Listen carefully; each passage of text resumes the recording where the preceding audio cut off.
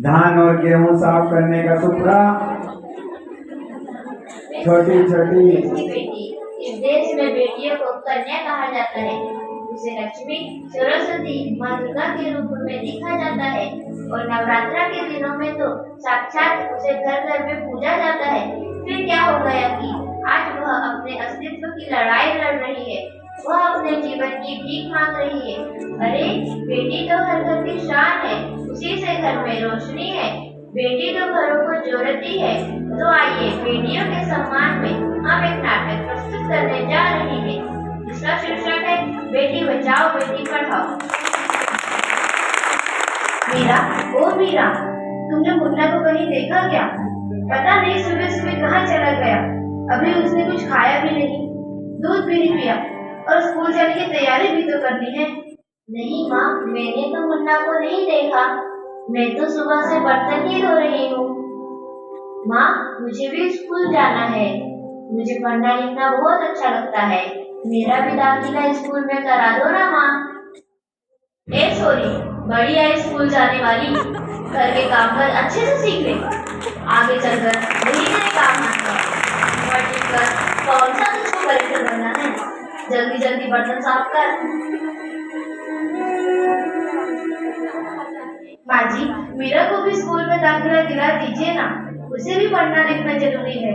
तू चुप कर। पढ़ना लिखना ये तो केवल लड़कों का काम है।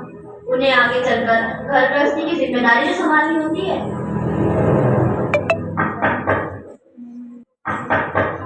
अरे क्या हो रहा है? कौन किसकी जवाबदारी संभाल रहा है? और हमारी मीरा बेटी क्यों रो रही है? देखिए ना डॉक्टर दीदी, दादी मुझे स्कूल ही जाने नहीं देती। कहती है तुझे पढ़ लिख कर क्या करना है, आगे चल के चूल्हा चौका ही तो संभालना है। अरे यह तो बहुत गलत बात है माँ जी। क्या आपको नहीं लगता कि हम बेटियां भी पढ़ लिख कर आगे बढ़े? आज समाज बहुत आगे बढ़ गया है माँ जी। आप किस दुनिया की बात कर रही हैं? हम 21वीं सदी में जी रहे हैं। मैं आज ही टीचर दीदी से बात कर मीरा का दाखिला स्कूल में कराती हूँ। और हाँ, मैं तो यहाँ इसीलिए आई थी कि मुन्ना को पोलियो ड्रॉप दिया कि नहीं। जगह जगह इसके कैंप लगे हैं। अच्छा हुआ बहन जी आप आ गए। अब मुन्ना को पोलियो ड्रॉप भी दे देंगे और मैं इसे स्कूल भी पहुँचा दूंगी। अच्छा मीरा, अब तुम रोना नहीं, तुम जरूर स्कूल जाओगी और एक दिन पढ़ लिख कर मेरी तरह बहुत अच्छी डॉक्टर बनोगी। ठीक है बेटा?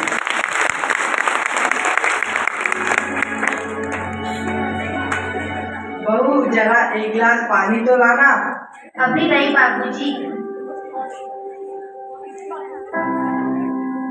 ये लीजिए बाबूजी।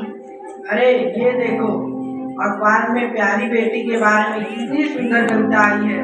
आओ मैं तुम्हें यह कविता पढ़कर सुनाता हूँ।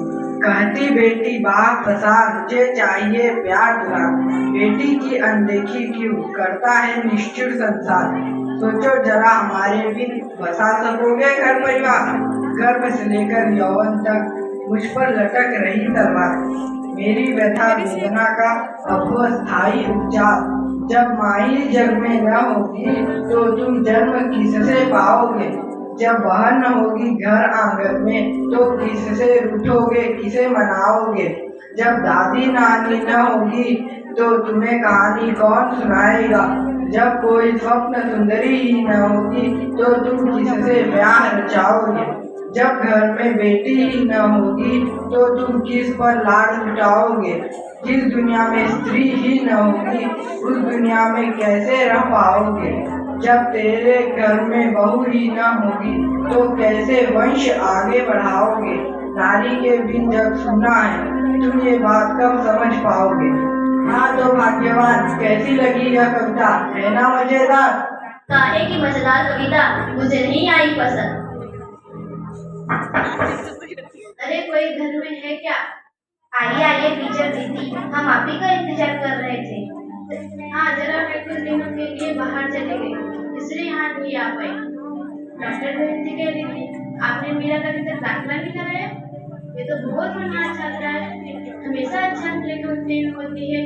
हाँ मैं भी तो यही चाहती हूँ कि मीरा स्कूल जाए, खूब पढ़े और मेरी यहाँ सुविधा कौन है। हाँ हाँ खूब पढ़ाओ लड़की को और बाहर भेजो। जब कुछ गलत सलत हो जाएगा ना तो मुंह छुपाने की भी जगह नहीं मिलेगी। आप कहाँ की बात कहाँ लेकर बैठ गए? मीरा को 10 तक तो पढ़ाई पूरी करने को दीजिए, आगे की पढ़ाई के बारे में बाद में सोचेंगे। हाँ टीचर दीदी, हम मीरा को अवश्य स्कूल भेजेंगे। मैं उसे मेरे जैसा अनपढ़ नहीं रहने दूंगी, उसे खूब पढ़ाऊंगी। कल मीरा को तैयार रखकर मैं उसे लेने आऊंगी।